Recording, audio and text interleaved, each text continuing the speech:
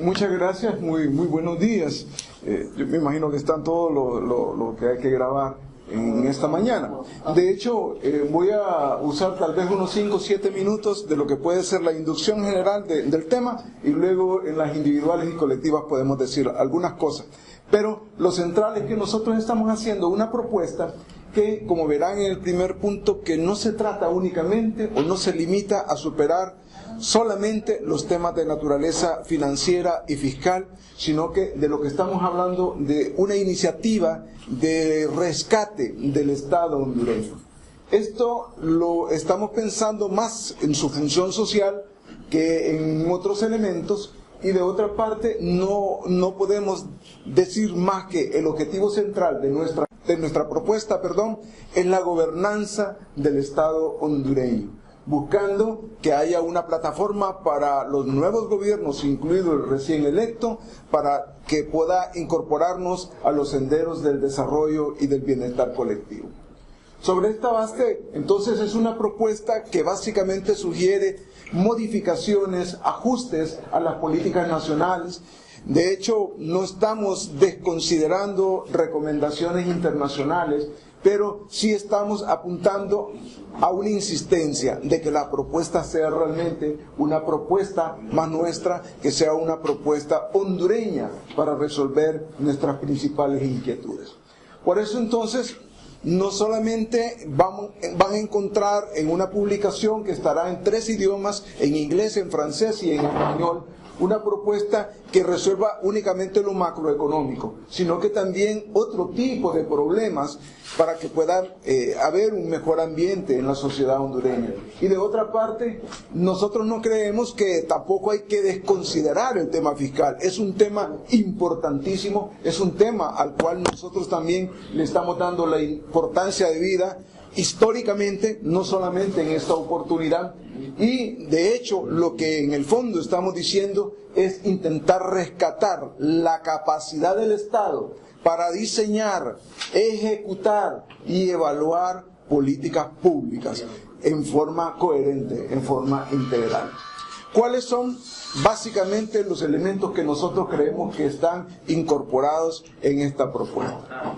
De una parte, uno dice, bueno, ¿cuáles deben ser esos componentes centrales? Nosotros no tenemos ninguna duda que hay que gestionar un acuerdo apropiado, pero de iniciativa propia, en donde pueda haber una propuesta nacional priorizada y con la comunidad internacional, y sin duda habrá que ponerle énfasis al Fondo Monetario Internacional. Sin embargo, que sea nuestra propuesta, la propuesta hondureña de cómo enfrentar sus principales dificultades y de cómo se compromete como sociedad y como gobierno a que esto pueda ser resuelto de una manera, ojalá definitiva. De otra parte, proponemos la revisión de las exoneraciones fiscales, y esto significa que el FOSDE reitera su posicionamiento histórico sobre el tema de no ajustar la canasta básica, de no incorporarle nuevos impuestos a la canasta básica, porque eso tiene más efectos negativos que favorables. Y sin lugar a dudas tendremos que hablar del tema de recaudación, y esto implica hablar de una reingeniería de la Dirección Ejecutiva de Ingresos, tal y como está en este momento, no tiene ninguna capacidad de éxito. Y eso lo planteamos no con el ánimo de que despidan gente, nada, simplemente de que tenemos que ser mejores y más eficientes en el tema de la institucionalidad pública tributaria. De tal forma que estamos haciendo recomendaciones muy específicas. Creemos que se necesita una actualización del funcionamiento, y por eso estamos proponiendo, por ejemplo, programas informáticos que le permitan saber exactamente quién paga impuestos, quién no paga impuestos, quién tiene esos impuestos, cuál es el impuesto que se recauda por día. Es una propuesta que creemos que también se puede hacer con esfuerzos nacionales. De otra parte, creemos que es necesario priorizar la inversión pública y establecer los límites de la inversión pública y privada, no en términos negativos, sino hasta dónde el país tiene posibilidad de darle cobertura. Si vamos a hacer un programa carretero, que haya un plan carretero y por lo tanto se identifique exactamente cuál va a ser el beneficio de ese plan carretero, de que nos tardemos el tiempo que debe tardarse, no los más de 20 años que tiene el anillo periférico de Tegucigalpa y que seguramente no va a ser terminado. Sin duda, elevar la calidad del gasto. No solamente es hablar de reducir el gasto corriente, hay mucho gasto que también habrá que ponerle sus límites y es un asunto que no es tan fácil. Hay que ponerle un límite al endeudamiento. Esto, lo que se conoce técnicamente, es como un techo al endeudamiento público. No podemos seguir endeudándonos como nos hemos venido endeudando hasta este momento. Hay algo muy delicado y que el FOSDE lo plantea de la manera más respetuosa a la comunidad internacional. Es necesario revisar los temas de los tratados de libre comercio. Para un ejemplo muy rápido, el 80% del consumo porcícola del país es importado. Esto significa que estamos desmontando la capacidad porcícola del país y por lo tanto la generación de empleos. De otra parte, nosotros hemos venido insistiendo en la necesidad de la planificación, de la participación territorial y que haya ahí una consideración especial al tema ambiental. No hay duda que habrá que hablar de reformas en política monetaria, pero hay que tener mucho cuidado. La devaluación de por sí no es un asunto que inmediatamente va a mejorar la economía. Si hay una política monetaria o una política fiscal que se le tenga que incorporar al país, debe de haber el análisis de soporte para que diga efectivamente cuál es el beneficio de la colectividad hondureña en aplicar una medida. En lo social, no hay duda que tenemos que mejorar el tema de la calidad educativa. Hay que generar una currícula y una cantidad de profesionales de acuerdo a las necesidades de nuestro país. En salud pública, en donde hay mucho que hacer, al menos resolver el tema de transparencia del abastecimiento de los medicamentos. Al menos eso. No hay duda que habrá que buscar el saneamiento de la policía, hay que depurarlo y tiene que ser un proceso real y efectivo. Y de otra parte, no podemos desconocer que debe de haber una insistencia muy grande en que haya respeto a la independencia de los poderes del Estado y particularmente aquí sugerimos que haya una revisión del reglamento interno del Congreso Nacional. De otra parte, tendremos que ver el tema, por ejemplo, vinculado al Ministerio Público y efectivamente la incorporación de una nueva ley electoral a fin de atenuar algunas dificultades que se siguen presentando.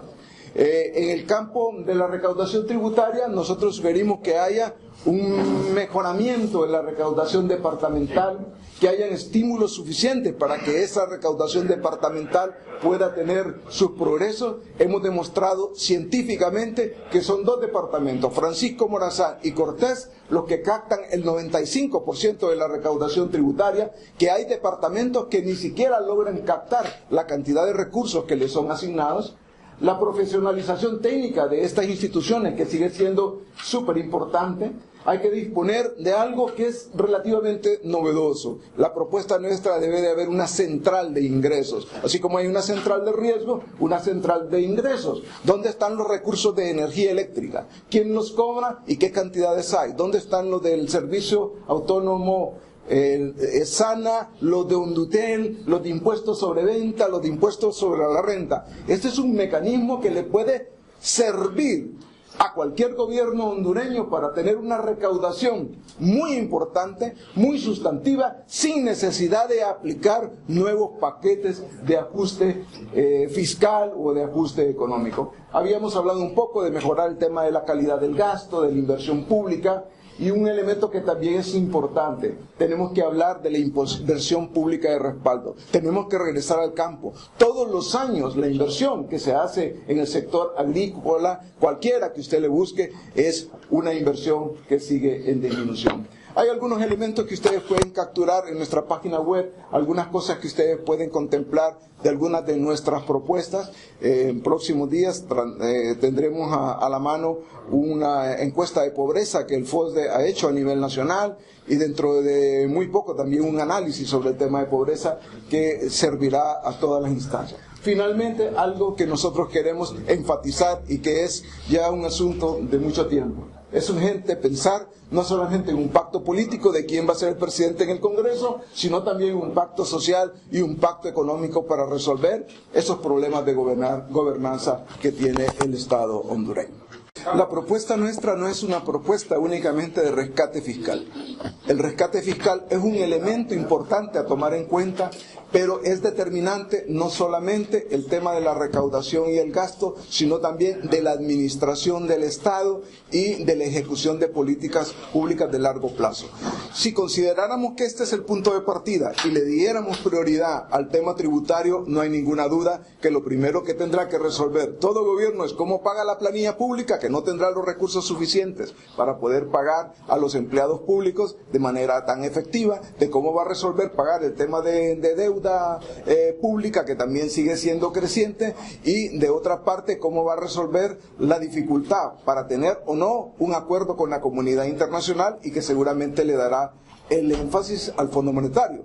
La propuesta nuestra es que es necesario revisar el tema de ingresos, pero también es necesario revisar el tema de gasto. De hecho, lo que científicamente hemos podido demostrar es que todos los años hay un incremento de la recaudación tributaria, pero se descompensa completamente porque el nivel de gasto no tiene que ver con esa capacidad incrementada de recaudación tributaria. Pero por otro lado, hay una injusticia fiscal muy grande. Somos muy pocas las personas y sectores, menos de 70.000 los contribuyentes que tiene un país de más de 8 millones de personas, sobre los cuales cae el soporte de esta enorme carga, y por lo tanto de ahí viene el tema del endeudamiento, para lo cual nosotros sugerimos que haya una disminución o una determinación de cuál es el techo del endeudamiento público. Compañera de la tribuna. Buenas.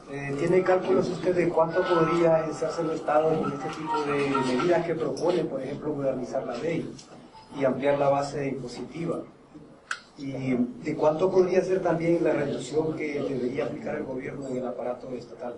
Sin aplicar ningún ajuste fiscal, nosotros consideramos que puede llegar a ser entre el 20 y el 25% de recaudación adicional a la que tiene en este momento.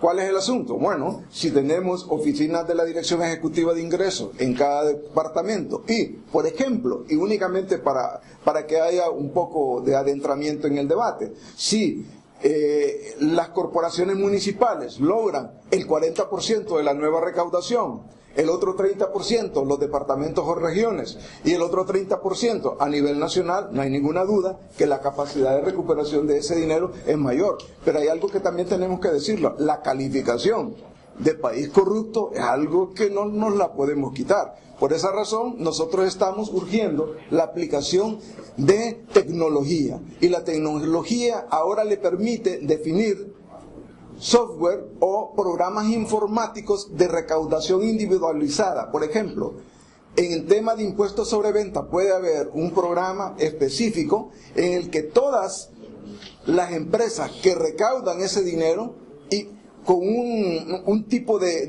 tecnología que no quisiera desarrollar en este momento porque es otro tema, pudiera permitir que en una central de ingresos, inmediatamente de que la persona pague, inmediatamente esté en esa central de ingresos y que todos podamos saber que efectivamente ese dinero se cobró. ¿Qué hacemos?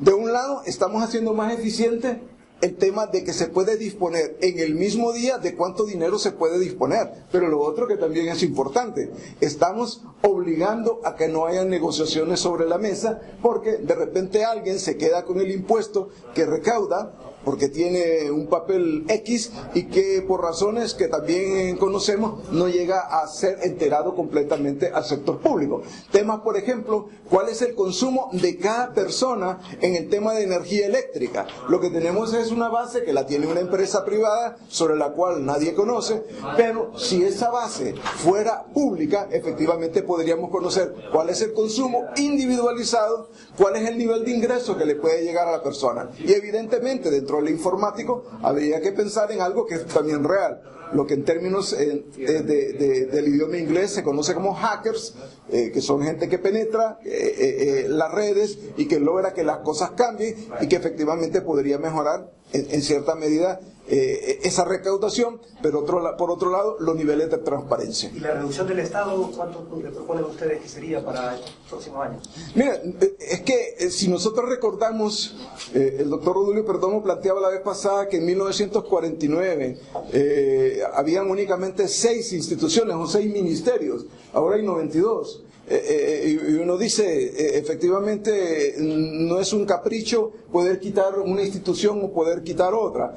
Simplemente se requiere un nivel de esfuerzo para intentar equilibrar cuál efectivamente de esas instituciones requerimos. Yo no tengo ninguna duda, el FOSDE no tiene ninguna duda que necesitamos más profesores contratados como escuelas, que necesitamos más médicos como hospitales.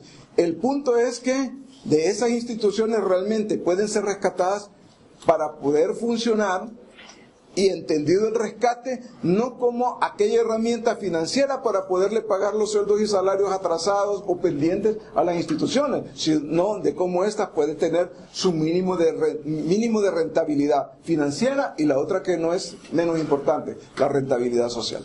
Compañero de tiempo. Licenciado, ha trascendido que como regalo navideño este gobierno va a aprobar 2 paquetazos, es decir, elevar del 12 al 15% el impuesto sobre ventas y una devaluación acelerada del 10% de consecuencias para la economía del país.